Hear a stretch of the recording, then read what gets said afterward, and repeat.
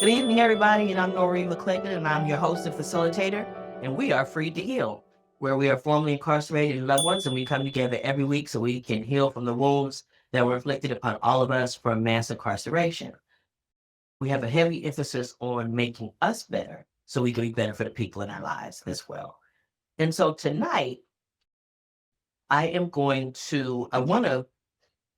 there's a specific chapter or a section that I wrote in my book, Hurt People Highway.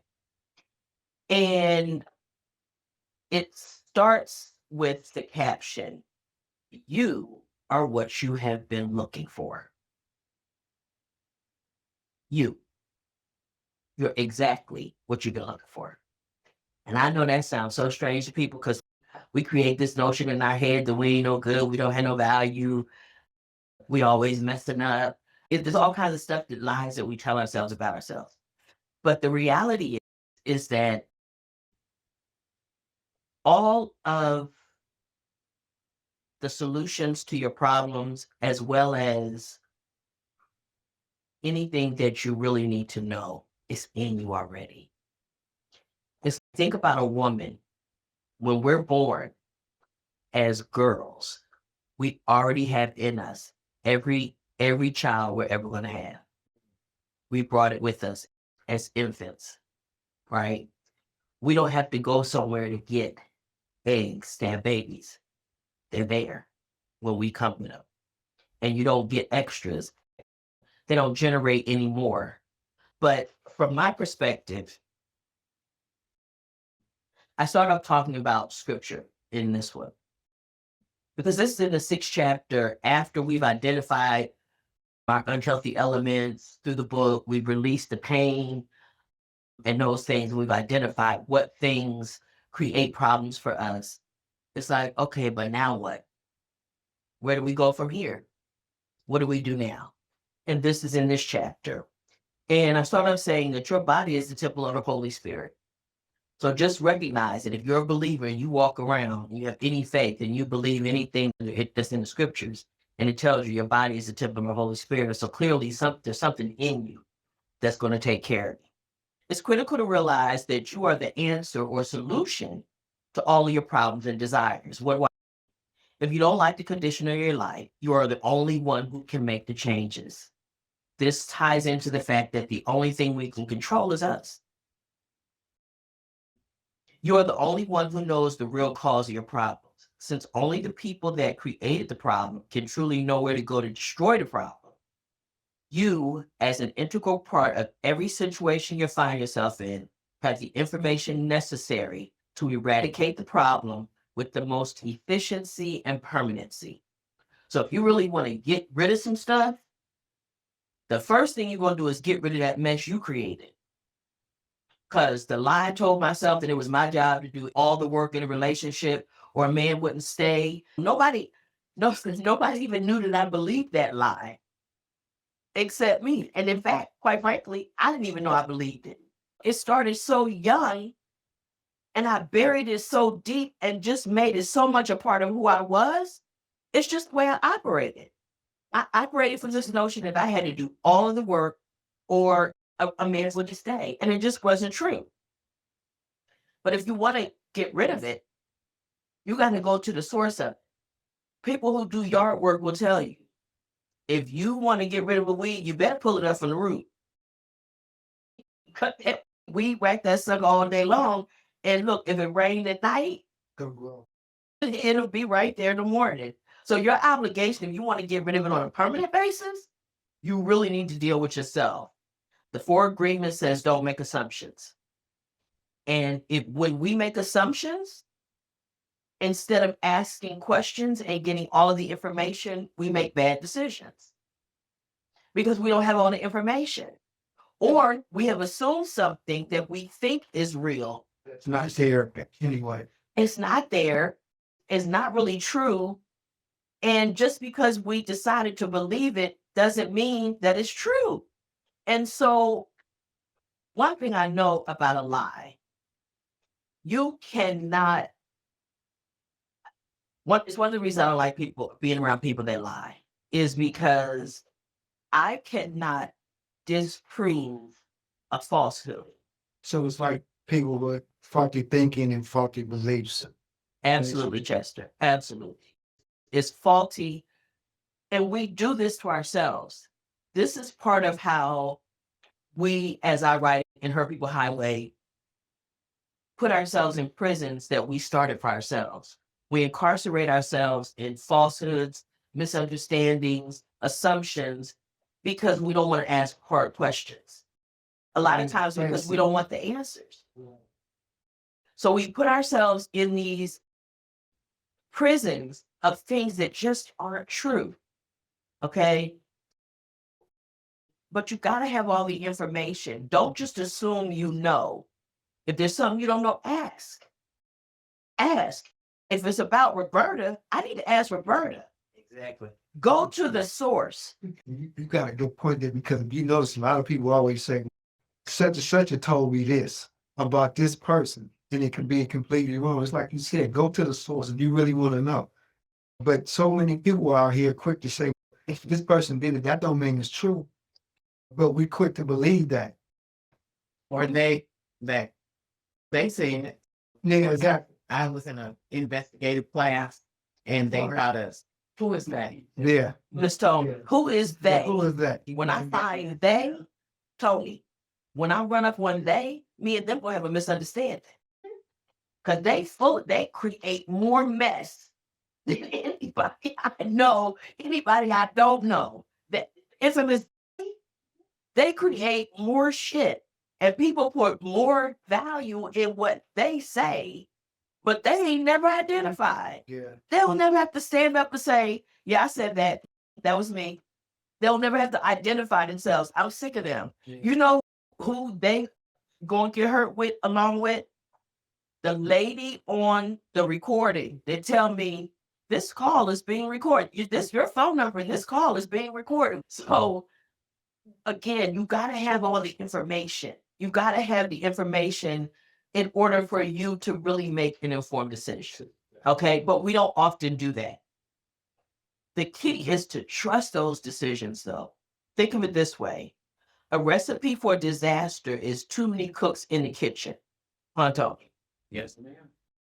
If you rely too heavily on input from outside yourself, you're likely inviting too many cooks into your kitchen. If everybody else's opinion, you go ahead and you get this person's opinion. Then you go ahead and get somebody else's opinion. Then you get yet another person's opinion. And then, okay, now you got as many, if you ask 3 people, you probably got as many as 6 or 7 different opinions rolling around in your head as to what's the best thing to do. And now you don't, if everybody comes to the kitchen and adds a pinch of salt, just a pinch of salt to the pot without knowing that the other cooks did the same thing, the likelihood that the dish is going to be too salty gets pretty high. Right? Yeah. I like what you just said. You said, what is the basis? What did you say? Of how we decipher. Yeah. Rufus, so what is the basis of how we decipher what's a good suggestion? And it's like, no matter how many opinions you get, they all could be great.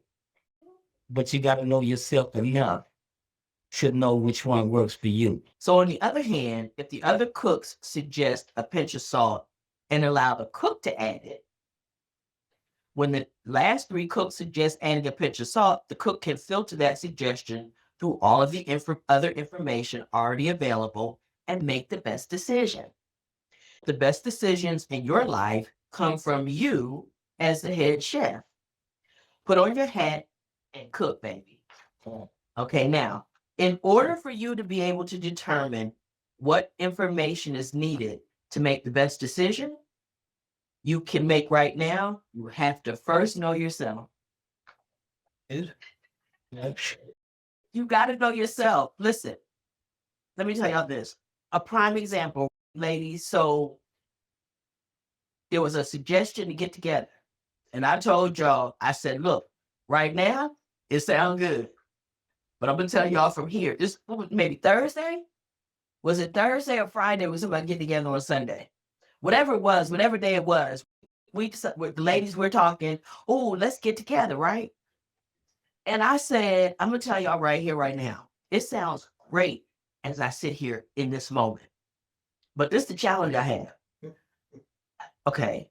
I'm going out Saturday, right? I'm going to my daughter-in-law's mother's house for her birthday. And then I'm going somewhere else.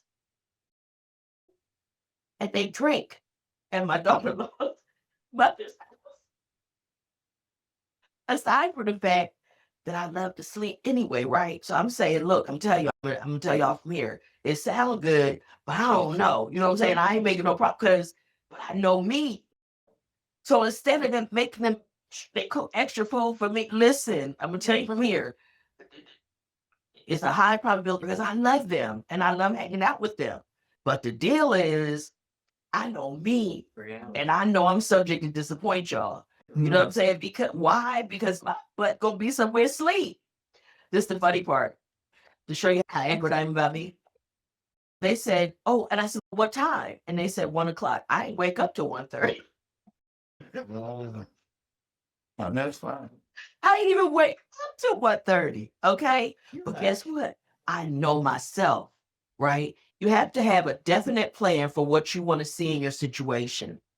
Without a vision, the people perish. Okay. So if you don't have a full understanding or clear vision of your desired outcome, you can't determine if any information you receive is useful or not. Okay, so I want to talk to Miss Hattie about the neck balls, right? Because this is what I want to know, right? I need to know what Miss Hattie put in and what she don't. You see what I'm saying? So some people might say, put this in, and Miss Hattie be like, no, not if you want them to taste like I made them. But I need to go to the source, right? I need to understand what's the ingredients she put if I want them to taste like hers. Now look, if I want them to be barbecue neck bones, that's something different. But that ain't what Miss Hattie made. And I want what Miss Hattie made. You see what I'm saying? So I gotta make sure I know what I want. I'm very clear. I am not confussing, as my son would say. That's confused for the regular people that speak English. I'm not confussing. That's how it's spelled. But he's a little strange. He's a little strange. I like that dog. I'm not confessing. I'm sorry, but I said something about him, and you see that look I got. And it's confused and confused. That's what confused to spell. That's a good word to use. Yeah, I'm not confusing. That's just the way it was. If you talk to some people about, they be like, "What? Yeah." I felt frustrated and confused. No, that's just the word. I said, what you? He said, confusing. And of course, he knows better, but he just clown. He kind of silly. Can I say that now? He just say his name's Clayvon. Okay, my son's name is Clayvon. That's it. You got to understand. Okay, but yeah, without a vision, people perish. So if you don't have a full understanding, a clear vision of your desired outcome, you can't determine if any information you receive is useful. It is impossible for anyone to give you useful information because you have an undefined outcome. So before you begin to ask for advice or listen to the opinions of others, I'm going to say that again. Before you begin to ask for advice or listen to the opinions of others, you have to be sure you can explain to yourself what you really want. For many years, I have said, I want a flat stomach. But this is the thing. The chocolate chip cookies that be calling at 9 at night. Not that call for chocolate at 9 o'clock at night. I'm answering that call every time it comes. No, I answer it, Cheryl.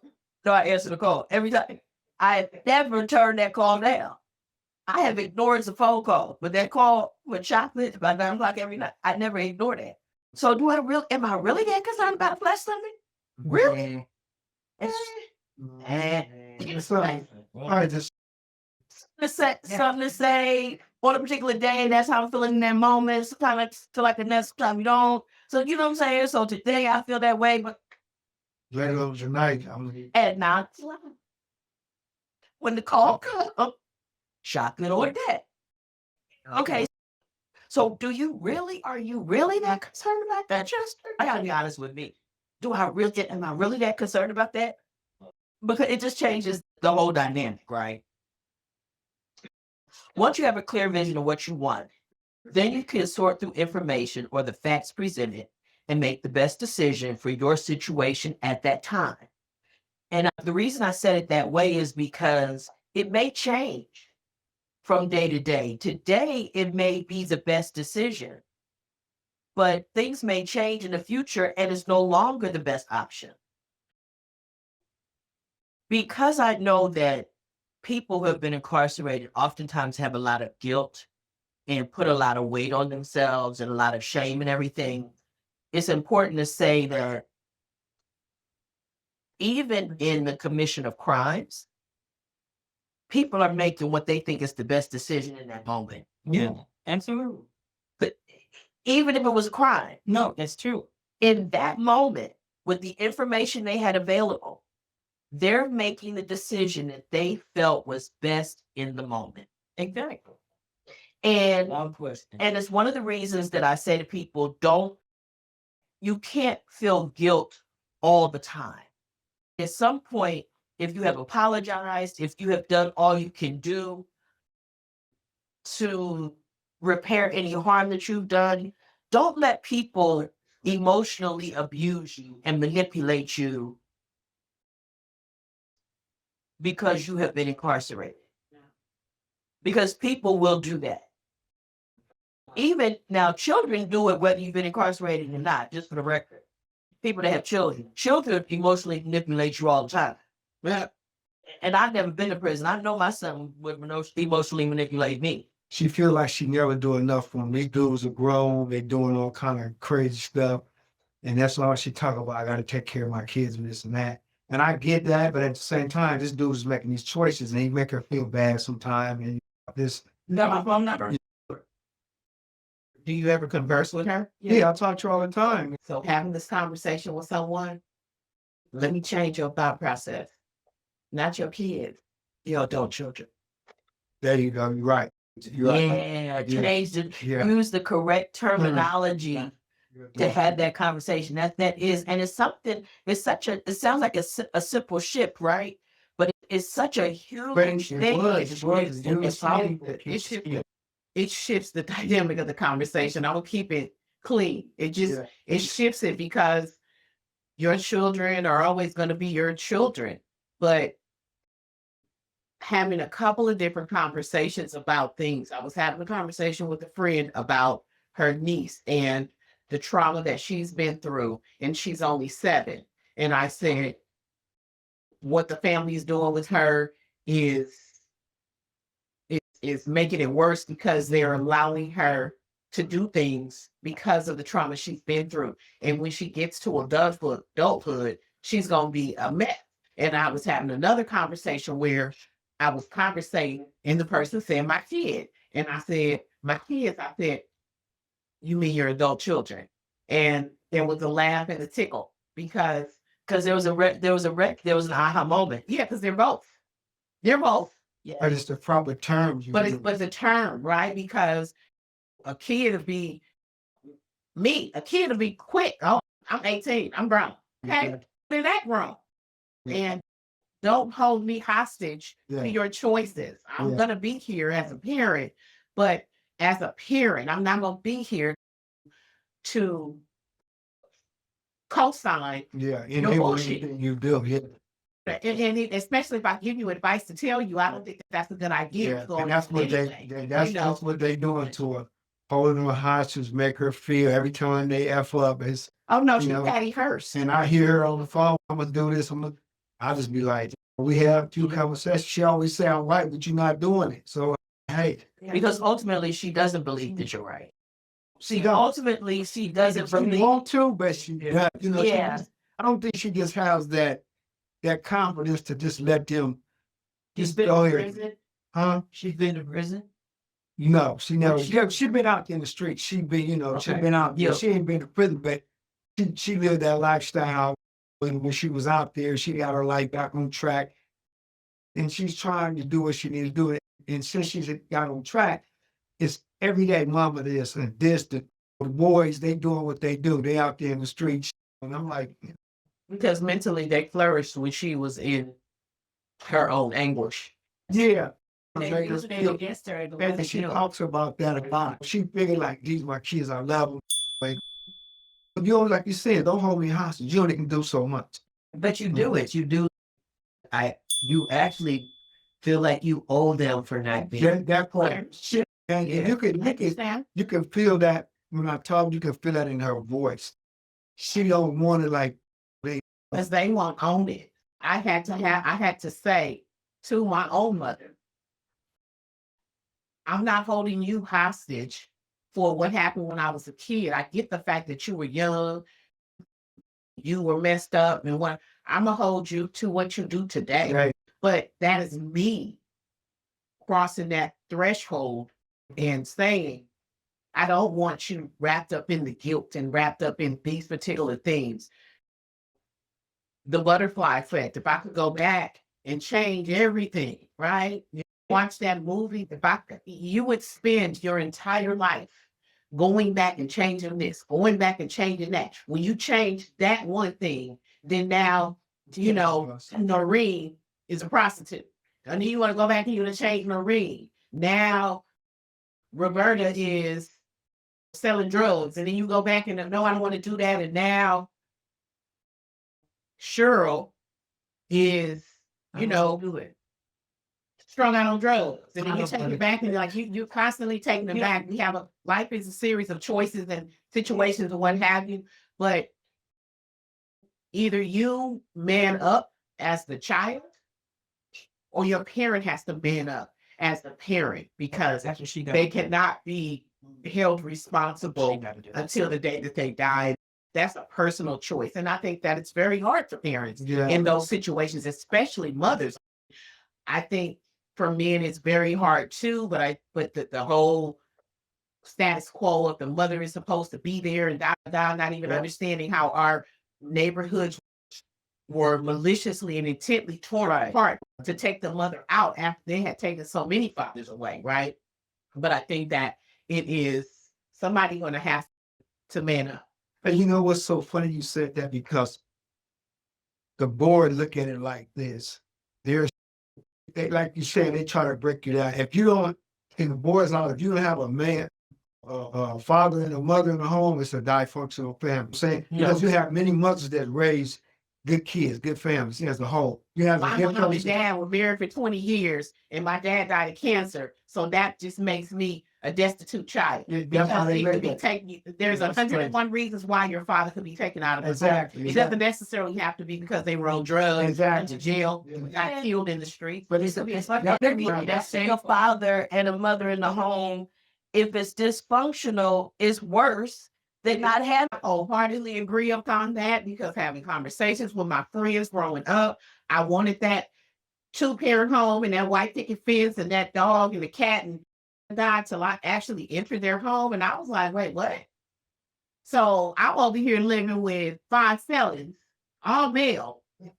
And they ain't molesting me. They haven't harmed me. Matter of fact, I walk the neighborhood with carte blanche, but they the worst things in the world. But you got a professor over here. He worked at the machine shop, or he owned a car place, and he over here putting his hands up on his face is dressed like stuff. Circumstances don't always make it the worst thing in the world, Exactly. but we all have survived some type of trauma and circumstance. Exactly. And one of the things that I think is really critical with parents, no matter whether they have been in their children's lives or not, have to understand that as parents, our primary responsibility is to raise our children to be adults. It is to raise them. If you want to do something for your children, teach them how to cope when things don't go well. Teach them how to respond when they're in a situation, right? If you're out and you notice this is what you do. If you're, whatever the circumstances, if your friends, like my granddaughter in kindergarten, literally, actually, she had some little friends and they used to sit on the rug together, and something happened, and all of a sudden the girls, they decided they didn't want to sit on the rug with her anymore, whatever. And I guess from my daughter-in-law talking to her, my daughter-in-law asked her, so what did you do? She said, I didn't do anything. I just sat on the rug by myself. But it wasn't even what she said, it was the way she said it. I didn't do anything. And it's like, that's how you need to raise your children. But to teach her not that things are not going to happen, not that you will not meet mean people, not that people will not be mean to you in your lifetime, but that in fact, that will happen. And when it happens, this is how you respond to it. This is where parents get to put their values into their children. This is when we teach them to be resilient. We teach it not just by talking about it, but by being the example of it. Yeah, I think too. Somebody I was talking to, and I said when we was growing up, our parents they demonstrated to us how we're supposed to live our life. Things they did, they worked, they did certain things, but sometimes parents do feel guilty about when they do everything they can. Their kids still go out there, run the street, get high, but that's a choice he made. That don't mean I didn't raise him the right way. Correct. It's a gang of influences out there. My mom used to always tell me, you hanging out with them, you gonna go to jail too. But I ain't doing that. You know And what I'm even saying? if you thought it was a possibility, you had no idea what that would mean. Yeah. So, like, you can think, okay, I'm doing this and I might go to prison for this. I might go to jail for this. But what people don't have the capacity to do or understand is all of the ripple effects of Comes the with fallout that. that come the fallout, Yeah. the collateral damage, Yeah, it comes with right? What comes after that? Because okay, I might go to jail, right? Sure, you always say, I thought I was going to jail, but I never thought I'd be going that long. I knew I was going. Okay. Okay. But you never thought you would be gone as long as you were. And there was no way to anticipate, again, the ripple effects, the fallout from you being gone. Never think of, seriously, I was like, oh, they give me 25 years because he gonna be all right because they gonna take care of him. It's not even the money part, it's the mental part. It's the mental, emotional part. Because to me, when you go, I've been to prison before I was 19 when I first went to prison. You going into the unknown. You there just like people like you, they don't care. It's wolves. Now it's different. People in prison, you can end up being a victim yourself. You know what I'm saying? Some of these different warehouses are very dangerous. Like level 4. Level 4s are different, but now you got people in the level 2, they have these warrior attitudes, whatever. Just like the guy asked me, he talked crap. I said, I'm a level 2 now because I come down from program. I'm like, if you got that warrior attitude, why you down here? You know what I'm saying? 'Cause you can easily act up and go back up there. A lot of those in level 4, you'll never hear them. You'll never see them. They just quiet as a mouse. So people don't go home from there. So it's just good again to, like I said, I just had to digress into that because I see it a lot. And like I say, it doesn't matter whether parents have been incarcerated. Children emotionally manipulate to get what they want. And they learn it as infants. They cry. I was going to say, you stole my thunder, Tony, because I was going to say, let me tell you how they figured it out. I'm feeling with get out. And he, at his job, she got to come out of that space too. Absolutely. Absolutely. She has to come out of that space. That's a prison she incarcerated herself in. You have to come out of that space. Yes. And you're going to keep going. And it's bad. And the tragedy, Diane, is that she will die one day. Yes. And they're still not going to know how to function. And her worst fears, she will produce them. Yes. Because she never showed them how to cope on their own or how to handle their own business or how to recover from a fall because she was always picking up the pieces for everything. Every time they fell, she felt obligated to pick up the pieces. It's a lot of, when I talk to her, you hear her talk, it's a lot of guilt there. It's a lot of guilt there because, how she was when she was out there, she'd get her life on track. It's a lot of guilt. So I'm like, wow. The one thing I was going to say is it's actually pretty interesting. The shocking thing may actually be when she goes away, they'll do just fine without her. Because in many cases, when people know they don't have that crutch anymore, that they knew they were using it as a crutch, they move on to the next person or they figure it out themselves. And that's one thing that we all experienced when we were away. Life goes on for the rest of the folks. In many cases, they figure it out. Yeah. It may not be optimal, obviously, but they do figure it out. And so that's one thing you told me when I got out was don't try to do too much. And Diane would tell me the same thing too. It's like, hey, give yourself time to recoup and give yourself time to get yourself stable and get yourself a place versus try to rush out and try to save everyone else because they were surviving for years without you. You are yourself that opportunity to stabilize for the future. And it's true because a lot of people, oh, I'm so glad you came home. People been gone 10, 15 years. But yeah, I've been waiting on you. Waiting on me for what? Huh? And set those boundaries. Yes, ma'am, it's so- one thing is. You gotta set the boundaries. If you don't, somebody else will do that for you. And those boundaries are not necessarily in your best interest. And the way you know it is that when you did your time by yourself. Did nobody do that time for you? Okay, so let me see. Once you have a clear vision of what you want, then you can sort through information or the facts presented and make the best decision at the time. If you don't already know you and what motivates you, that must be your very first step to having healthy relationships. The first one has to be a healthy relationship with yourself. Absolutely must have a healthy relationship with yourself. And you're gonna make mistakes still. You're still gonna make mistakes. And be patient with yourself. Take time with yourself. Stop being around everybody and just be with you. Cause I don't know if I really what I like if I'm not even with myself.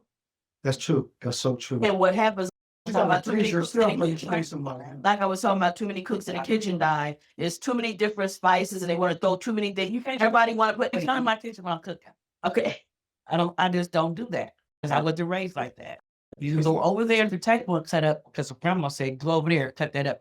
But stay over there, I'll come get it. Okay. Oh, okay. But you Grandma know- was serious. But you know what, too? Sometimes a lot of us get out of prison. We don't have that confidence. Your spirit is broken a little bit. You got to have confidence in yourself to be who you are. And don't worry about, like you say, what the next man feels or whatever. Because sometimes your family will hurt you. Sometimes A lot of times. And listen, family is usually one of the biggest challenges for people coming home from incarceration. Why? Because they're the people that mean the most to you, and they can get close enough to you to affect you in that way. And yeah, family will hurt you, and the confidence issue is huge. Yeah.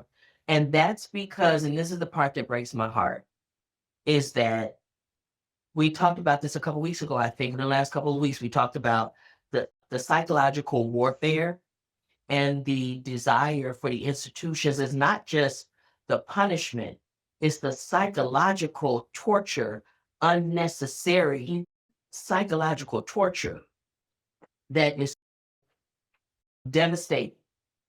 And the one thing that they definitely don't want is people being confident. Yeah. Yeah. A confident person in prison is in trouble. Yeah, the people is intimidated by that in terms of when you got COs and all that. It's a threat to the institution. And when you understand the origins of the criminal justice system being slave patrols and runaway slaves and stuff like that, then you understand why that is so embedded in it. And it's interesting because I don't think they sit down and have a meeting to discuss this. This is just the way they do it. You can even see when you see videos of police officers approaching people, and it's instantaneously this ego. Yeah. Do what I said. Yeah. You heard what I said. Yeah. It's about control Yeah. and ego as opposed to whatever's actually going on. It's like control and dominate. Yes. And so even the strongest person, after years and years being subjected to this kind of treatment, even if you don't totally succumb to it, you're going to have some challenges. It's going to require you to step up, to really get that confidence back. Because you could have been, but it's particularly if you come in and you had a major reputation on the street. Oh yeah. They looking for you, which is the craziest thing in the world because police officers never have to worry about when you pull somebody over, a traffic stop or anything, any interaction with you guys, just any police listening, we already know you got the power, baby. I never forget the LAPD had me come in for 2 graduating classes of their Metro Division. And their Metro Division is their kind of elite division. Those are people who've been on the force for a while, and they're now, and they go all over the city. They don't have one area like Southwest or Southeast or whatever. And they wanted me to talk to them about policing the community. And the one thing I used to tell them what I just said. Listen, we already know you in charge. We know not only could you change our lives in a moment, but you could take it in a moment. You will. And you will. And so we already know that. The power dynamic is clear. But the ego is so unnecessary. He rode into another jurisdiction and she pulled over and he's fussing at her and she's screaming back and he goes, "Don't be raising your voice at me." And then another officer who's now, this is his jurisdiction, tells him back up off of her because he's going to the car, he's all aggressive and everything. And the other officer, he's like, "Do you know whose jurisdiction you in now? You in my jurisdiction. And I'm telling you to back up." But his whole thing was, I'm in charge. His ego. Yeah. His ego. She's saying to the guy, "I wasn't pulling over back there. I couldn't tell that you was no law enforcement officer."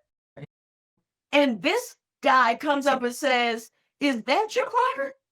How was she supposed to know that was law enforcement? Exactly. So in other words, her position was reasonable. He just didn't care. And he had on a t-shirt. He wasn't in a uniform, nothing. He was like in a t-shirt and some khakis. You know, people have died for a lot less. And the officer whose jurisdiction it was pointing out to him, this is the issue, but he told him, "Look, you in my jurisdiction now. You can be in trouble if you don't back off. I'm telling you to back away from this lady's truck." And he trying to get around it. It's like, what is that? It's ego. It's ego, Chester. That's all it is. And it's about a power dynamic that actually we already know you have. I read something that said, once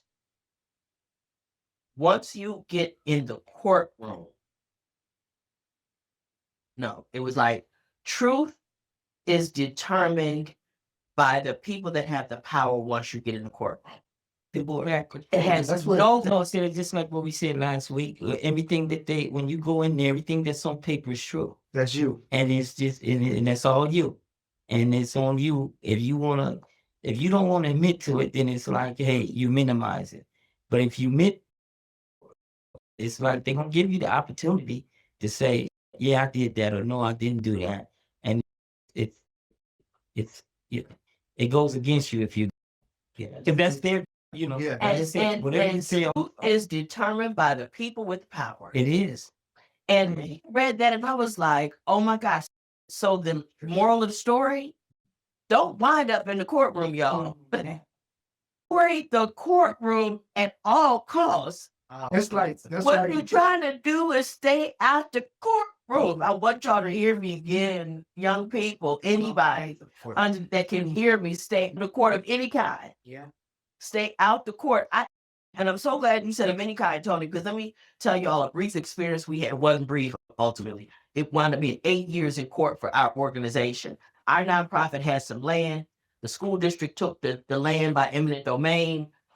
We wanted them to take it because the alternative would have been for them to take 65 single-family homes and 14 businesses. And we were going to put a youth center there. And they decided they were going to build a school and they would build the facility so that we could still have the programming, yada, yada, yada. When we went into court the night before, our attorney said, she called me and she said, "Listen, I know who this judge is and he's going to rule against you no matter what. So why don't we put off the trial?" I said, "No, because no matter who wins, the other party is going to appeal. If they win, we're going to appeal. And if we win, they're going to appeal." So I go into court and I'm sitting there and the judge is listing all of the reasons why we're entitled to this money. All of the reasons. However, and he gave the money to the city. He went on for at least a good 5 minutes about why, in reality, this money was our money. Now, mind you, this was black letter eminent domain law. This was bottom line. When eminent domain is declared on a piece of property, the property, whoever owns the property, gets the money that they're going to pay because they have to pay you fair market value for your property. So whatever that is, fair market value, they must pay you that money, less any liens that are on the property. So for example, if you had a mortgage on the property, they would pay the mortgage off. But any money that's left over goes to the person that owns the property, the person or entity that is on title. That has been eminent domain, which was why we were willing to fight, because I knew they're not willing to overturn black letter eminent domain law just to take $5 million from, so you know what I'm saying? There ain't even enough money to do that because this has been the law. They did it, of course, after 8-year battle. Totally, we wound up getting our money back. But the bottom line was, like you said, it don't matter what court. Try not to wind up in the court with the people, with nobody, huh? Say it again. Miss I Tony was just said, mistaken for a young lady who was about 6 feet and 125 pounds. The cop said she was me. The judge said, I believe anything that comes out of that cop's mouth. And they do that. And they do that. He said it right to me, and I could do everything but leap over that banister. We were in family court. for those of you who don't know Miss Tony, How about that? She shout. if she's 5'3" on a good day with heels, That I don't wear. 6 foot. 6 feet. Really, And not 121 years.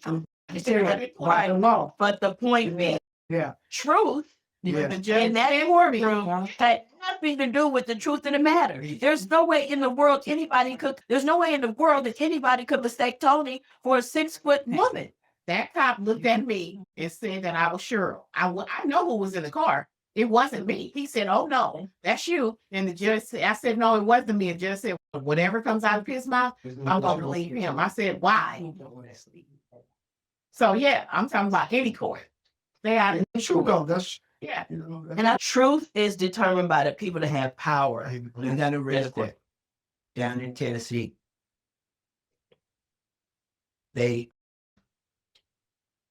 said they didn't give me a bail because they brought in a warrant from Cheryl Ward out of Los Angeles, California, who was 5'2", and they said it was me. And that's what she said, and what you just said is what they say. They say when I went to trial for something else in 1991. And when they arrested me, we had just come back out of Mexico because we used to go fishing and hunting in Mexico. And we had come back, but I'm the one that made reservations so I would keep everybody's tickets. I had 7 tickets. When they arrested me, they were in my purse. So when we got to trial, they said, and she just had, 7 of them just came out of Mexico bringing drugs back in. So if you're a juror and you hear an official say that, then I'm guilty already of doing something with drugs. And Miss Tony is not. But again, the truth becomes whatever those in power says it is. And that's really the truth. Once you really think back, that's really the truth. Isn't that crazy? And that's what really struck me. It hit me so hard. And I was like, wow. So again, the moral of the story is stay out the courtroom. Whatever you could do, stay out the courtroom. Never heard that before, Marie. Yeah, and I heard it somewhere I saw it That's last a week. fact though. It is a fact, but it was just so powerful to me because literally truth. So this is something I've been saying for years too. Whenever I am on social media or anywhere and I hear people say things like, don't do the crime if you can't do the time. Yeah, you shouldn't have been doing that. Okay. But this is the thing I have said for years. You can guarantee anybody that you're not going to commit a crime. you cannot guarantee that you won't be charged and convicted of. You Yeah. can never guarantee that. You can't. I know that for a fact. That's just I can tell you. Amen, says the Innocence Project.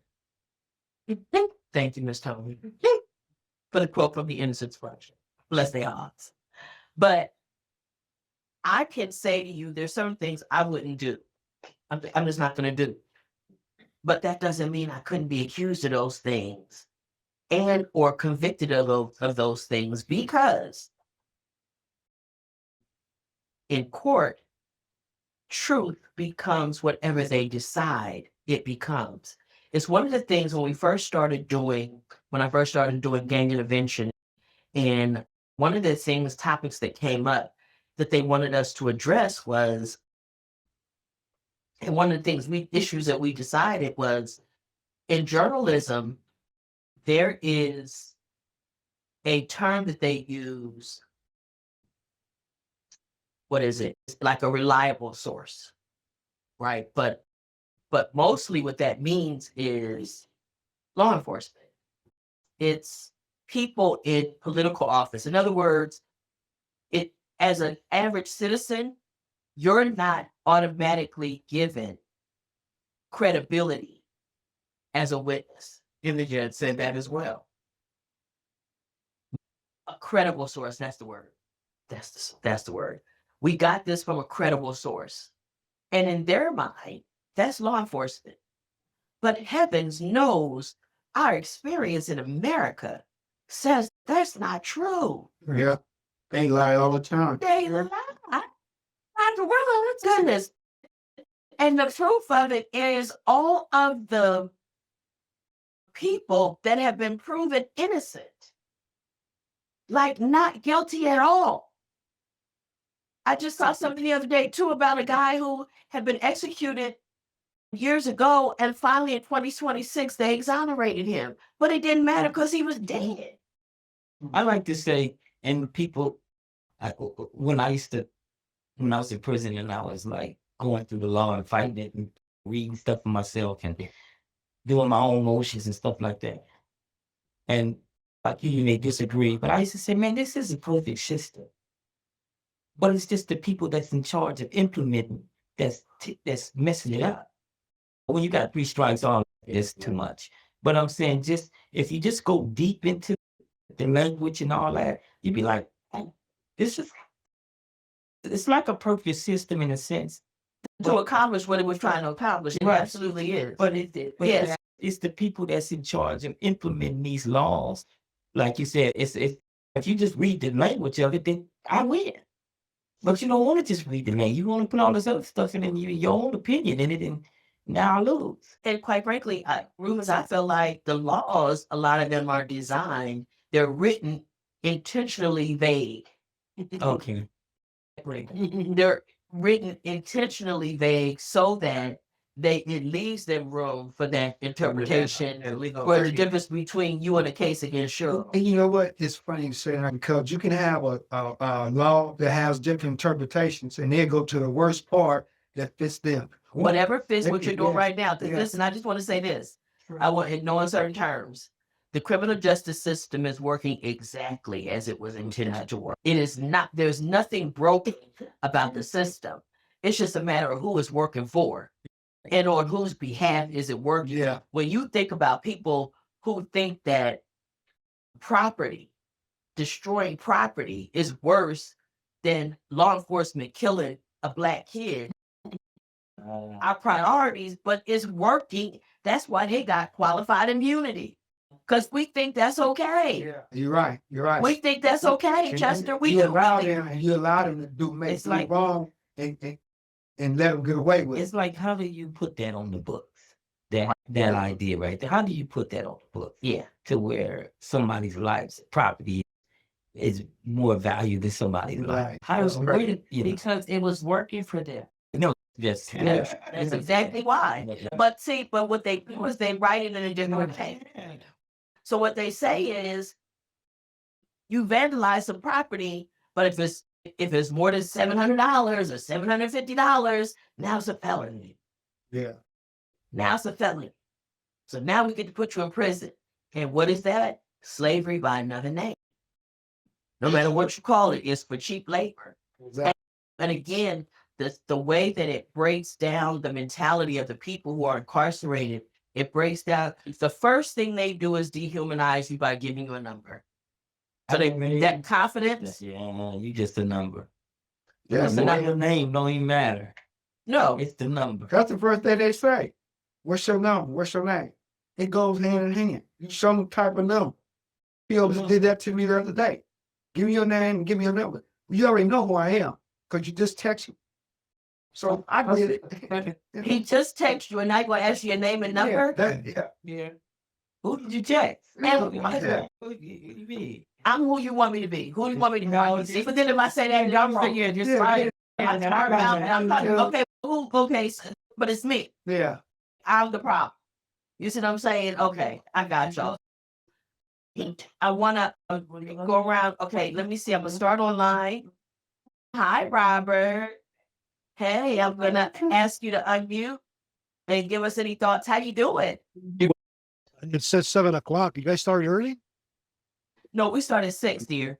It said 7 on the It Zoom. does say it on there, but it says it on Email it. says what? Yeah, it always says it's 7, but it's. Oh, you know what? I need to let Yeah. somebody know because we always start at 6. Yeah, yeah, Maybe that's why that man, Mr. Hernandez, was coming in so late. yeah, it does. You throw it for home run. Okay, I'm glad you said that, Robert, but it's good to have you with us. Okay, yeah, no. And that's why I showed up late because I go, okay, I'm going to go in and go a little early. So just know it's 6 o'clock. 6 Okay. p.m. every Tuesday. Let me see, let's see. I don't care what the email says. Log on at 6 o'clock. Okay. Okay. Any comments about the topics? Go ahead, Robert. I just want to comment a little bit on entitlement issues with these officers because they, like you said, they got the power, right? Whether we're right or wrong, they're going to believe them. So our job as shit, now that I'm a citizen of the United States again, I'm back on the street. I got to be careful. I got to be careful when I confront law enforcement or my parole agent and just not portray myself like I'm innocent. I just came out of prison. So I have to, yes, sir, give him that power. Because if I You try gotta to play the game. You gotta play the game. My mother had a saying, Robert. She used to say, sometimes you gotta move easy till you get your head out of the lion's mouth. That means in your instance, get off of parole. So you gotta play the game until you get off parole. So I saw him today and he goes, look, he goes, you got structure. So I'm not really worried about you, but you need to do everything that you're told to do for parole. And I go, yes. So I don't want to go back. I don't want to go back to prison. But my main objective is to continue doing the groups, especially this group. I like your philosophy and how you address things because you're real, man. You're real. And I'm just learning a lot. I'm learning a lot since I've been out 31 days. So, I can't rush anything. It's got to come slowly. I got to have patience. And you're finding out that's true, huh? Yeah. You gotta have patience and patience with the process and patience with yourself. So right now I'm having a problem getting my ID because I need to get my birth certificate from the state of Texas. So they said 21 to 25 days. So I can't go get my Social Security. I can't open a bank account. My main thing is to do the groups, learn as much as I can, continue to be the person that was found suitable. I wasn't a phony. I went in there with good intentions, with confidence that I was going to get found suitable because I've done the work. So if I come out here and I start doing the opposite, then I manipulated the system. So I have to make sure that I stay on that path of rehabilitation. So Wonderful. I'm glad to have you with us. And like I say, don't forget every week at 6 p.m., okay? No matter what. The link will work. Just come on at 6, okay? Online, we got Brenton, Beverly, Vivian, Monica. Anybody wants to go ahead and unmute and check out? Tell me, hi, Miss Madden. Hi, how you doing? All Yes, right. that corrupted law is very something and some serious. Because when I got my charge and the cop stopped, he come to the passenger side, and what he said was he need to see the passenger ID. Not once did he ask the driver for anything, because a reliable source has said we who we said we supposed to be, and that was my charge. That was the charge. Wow. Not evidence, not no nothing. It was he say, she say, because my daughter-in-law sister the one that set us up. Not set us up, gave our name because they didn't have evidence, they didn't have no pictures. They didn't have what you said, most of the discovery, none of that. You know what they told me? Here in Mississippi, if I wanted to see my most discovered, I had to go to trial. Wow. And I told him, I said, I don't think that's right. Yeah, if you see the most discovery, you got to go to trial. Everything that she said, the judge went by that. I'm like, it's corrupted. And they believe who they want to believe. That was What the reliable narrative that they source. want to tell and the outcome that they're looking for. Whatever if they could just get somebody to say it, right? If they can get somebody willing to go on the record under oath to say whatever story they want told, then that becomes truth. And that is really scary. But again, it is the kind of thing that we have to teach our children and loved ones and everything. That's the case. Diane, one time you said to me something, and you said you had told your sons, and when we were talking about the book Why Mothers Hurt, we were talking about, and you said to me that you don't want them to get in the courtroom because once you get in the courtroom, once they're in the courtroom, you can't help them. I for you, right? I told them, and you get over there to pink people, I ain't gonna be able to help. It's true.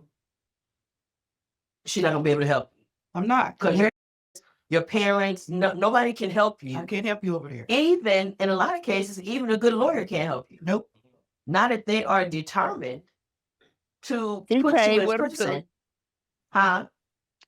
He's paid with them too. That's what they do. They get a percentage, Thank you. and you Yeah. get the number. But I thank God for all the correction I got out of corruption. Good. Good. And I would like to challenge you just quickly. There is a documented case where the DA, the assistant DA, said on his deathbed, "Oh, we intentionally did this to this man." 3 murder convictions over 24 years, maybe. And he was sentenced to death. He was supposed to be executed on 3 separate occasions and got stays, and they went back and forth around. Harry Connick Sr. was the assistant district attorney. On his deathbed, he said that man is innocent, and the proof has been in the files all the time. And that man was on his 3rd stay of execution. So the system has proven that they will lie. We're talking about there's corruption everywhere, but we talk about Louisiana, one of the most corrupt states out there. And on this man's deathbed, he told them exactly where to find the evidence to exonerate him. And that evidence had been sitting there since the first trial for 24 years. He got out, he sued them, he won $1 million for every year he had been incarcerated. He won 24, I think it's 24, $27 million. And it was reversed by Clarence Thomas. Oh yeah, I remember that. Yeah. But so they have said that they lied. That they lied. But they're not gonna fix it. Mr. Mason, I see your hand up, baby. Go ahead.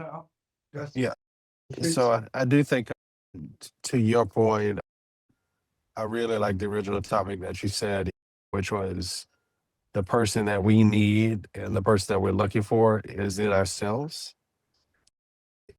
That's a really powerful message to think about because it forces you to have accountability on the person that you intend to become. I love the movie The Butterfly Effect, but also there's this cheesy movie that I love. It actually, you reminded me of it because you put me onto a documentary with the DeBarges, but it was this movie called The Last Dragon. And Bruce Leroy, the whole time in the movie, he was searching for a master to learn from. And the whole point of the movie was there's only one place that you haven't looked, and it's within yourself. Yeah. The person that you're looking for is within yourself. And so you are the master of yourself. And so you have to understand that and really live that truth.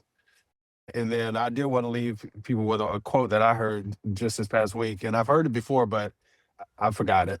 And the quote was, only two types of people in this world: people that believe they can accomplish the goal and people that believe they can't accomplish the goal.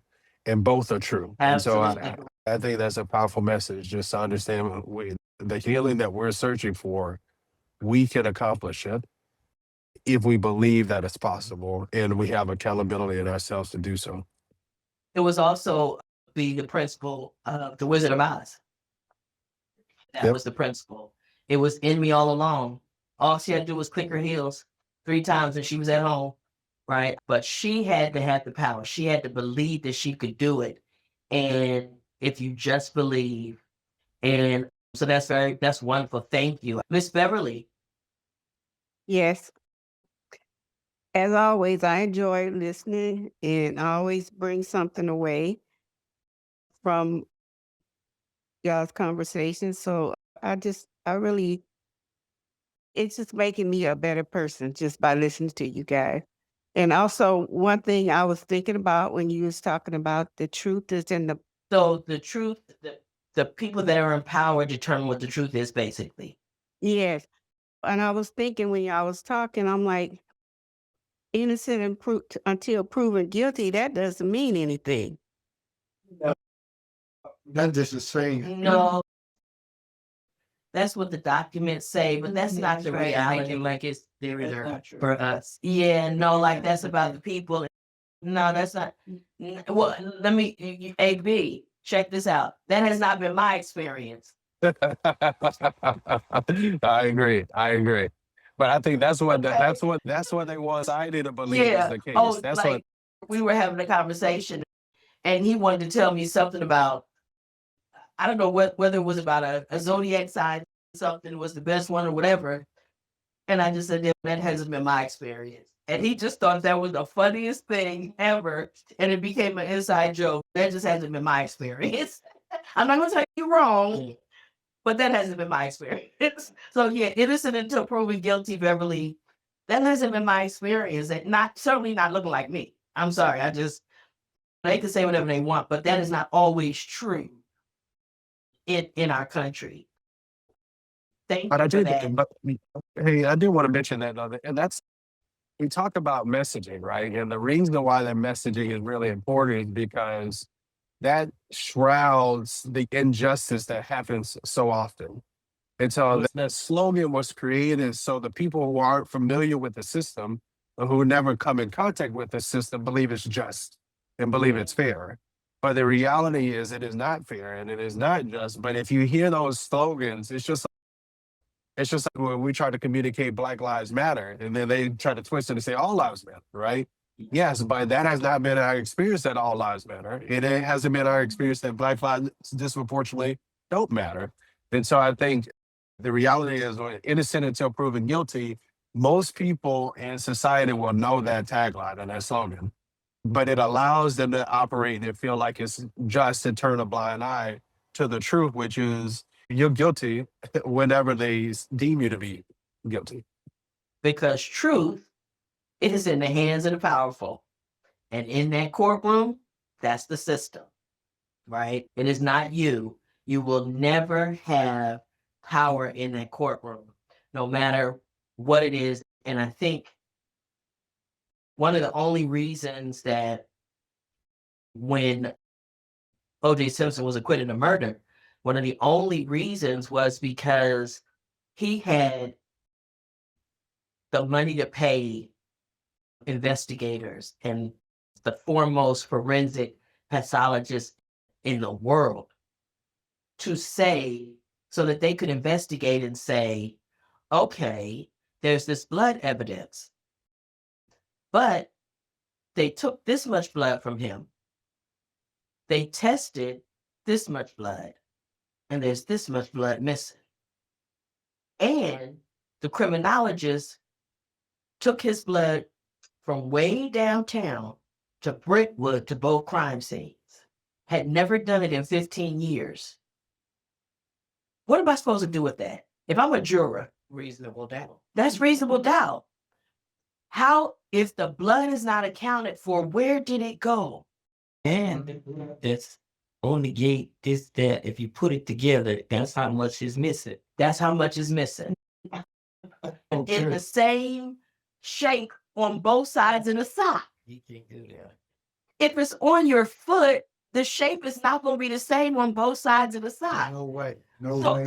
So they were angry at the jury, but the prosecution didn't prove it, and they was so mad. They was mad with OJ. In fact, they still so mad with him in his death. They punishing his ass. They not putting him. The Buffalo Bills are not putting him in their ring of honor in their new stadium. He is the only thing they had to celebrate was OJ Simpson. They ain't never won a Super Bowl. Listen, y'all didn't have no fabulous history except OJ. Yeah. That he hit and beat a blonde-haired, blue-eyed girl's behind. That's what they was mad about. You don't get to abuse no blonde-haired, blue-eyed woman in America, black man. I don't care who you are. And that's what they was upset about. Now, should they? I feel like they should have been upset at her parents, because her parents sold her to him when she was 17 years old. Anyway, and he was a married man. He was a married man, and I'm just saying they shouldn't, the parents, but that's a whole nother story. Miss Monica, before we go, I need to hear from you, sweetie. Okay. Hi. Hello. Yes, Can you hear me? ma'am. Yes. As always, very insightful. It's great to hear different perspectives from everybody. Good. And thank you Good. for having me. All right, don't forget to send Cheryl my picture, okay? I will. I will. Have a good Love one. you. Okay. In the room, anywhere you want to go. Anybody in the room, where you go. Go ahead. I was Yes, gonna Mr. say, Chester.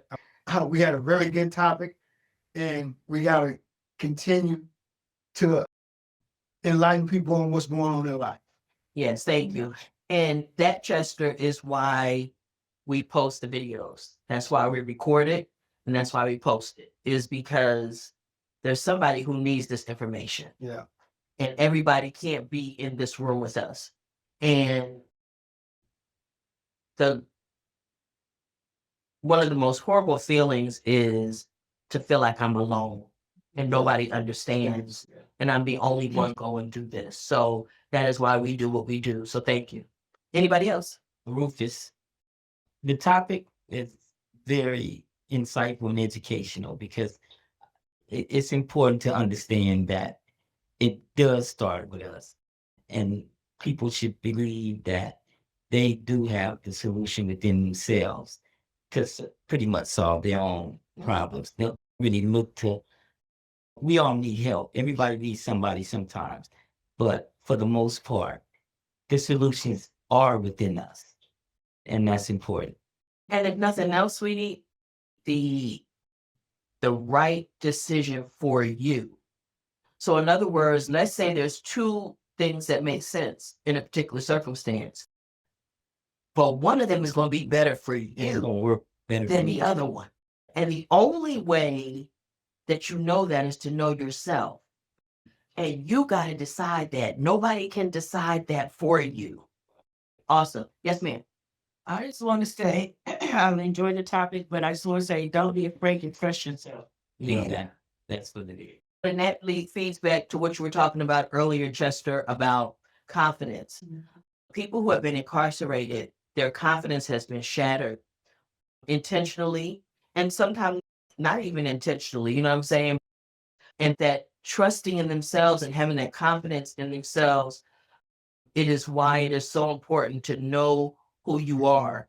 You got to know yourself with your warts and all. You got to be honest about your insecurities. You got to be honest about your flaws and your tendencies and all of those things, because they don't make you a bad person, but you got to know how they're factoring into the information and that you might be filtering stuff through your own trauma. You might be filtering things through your own insecurities. And just because you think it doesn't mean that it's true. It may look similar to what somebody else did, and you just make the assumption, the leap to say, this is this and this is that, and it's not necessarily true. And so you got to know yourself and be willing to acknowledge your own things, and then you can make the best decision for you at that time. You got a puzzle look on your face. Cause I'm like, how you looking at me talking about words? No, it's time. There's time. Turn the lights off. Come on, y'all. Yeah, come on, everybody needs to step. Get your pocketbooks. Miss Tony did not like how I looked at her and said more. Pocketbook, big cow. Don't you got my word? Do you have words, Tony? I had no idea. All right, the pocketbook, I'm done. Okay, fine. Anybody else want to close out? Go ahead, Bert. Come on, Bert. Talk to the people. Cheryl. Talk to the people. Tell them what you want to tell them, Bert. I just want to say I appreciate the message. Y'all don't like when y'all do that. I appreciate the message this evening. Miss Cheryl, any final comments, my dear? I really want you to send me that because I've never heard in my life, but we can probably get a comment from everybody that's ever been arrested or stopped by police or incarcerated. They can give you a instance that happened to them. But that's really What meaning where the truth is somebody who's empowered for me. Yeah, and now we just understand that we all have understood that we go to prison because it's by design. And what you said about them, like the Constitution was written when man wasn't even a full complete We man. weren't even a whole And human at that women point. weren't even considered. And like I always say, people, when I said they need to rewrite the Constitution and free so, and I said, Y'all, Oh, okay, I'm sorry. Go ahead. and the amendments also, all of that stuff, but it's so ambiguous that they can make it fit us anytime they get ready to make Written it. intentionally vague. Yeah. It is written intentionally, leaving spaces and what that means so that the interpretation can be changed at any given moment. That goes back to what I said. When something has a whole lot of different interpretations, they go to the interpretation that they think should fit them.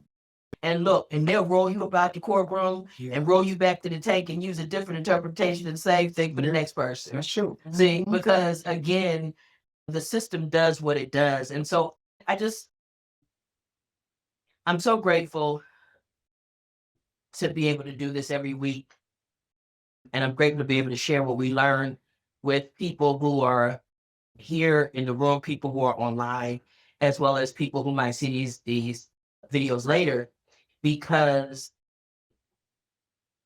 I would never have thought that this is what my life would be, like my purpose, and that I'm honored to be of service, because we all have scars and wounds and trauma from our connection and interaction with the criminal justice system. And again, I say the system isn't broken, it's working exactly as it was intended to. And I think that puts the responsibility on us to keep ourselves out of their hands. Yeah. Right? Act like it. Don't Behave get rationally. like that. Behave accordingly. We used to tell it when I was doing gang intervention and working a lot in Watts. It was like, hey, we know that they will shoot you in the back. Please don't run. Yeah. Even if you got to ditch the gun, listen, I'd rather you do a 2-year bid on a gun violation and be alive And being dead. than be dead for getting shot in the back. I used to just tell them, we're just trying to keep you alive. We know that we're not saying that it's right. We're not justifying it. But what we are saying is, you need to know that this is the situation and you need to respond and behave accordingly. So again, check us out on YouTube. We have Facebook, Instagram. And we're here every Tuesday from 6, starting at 6, between 6 and 8. And we appreciate you guys, and we'll see you next week. Have a good week.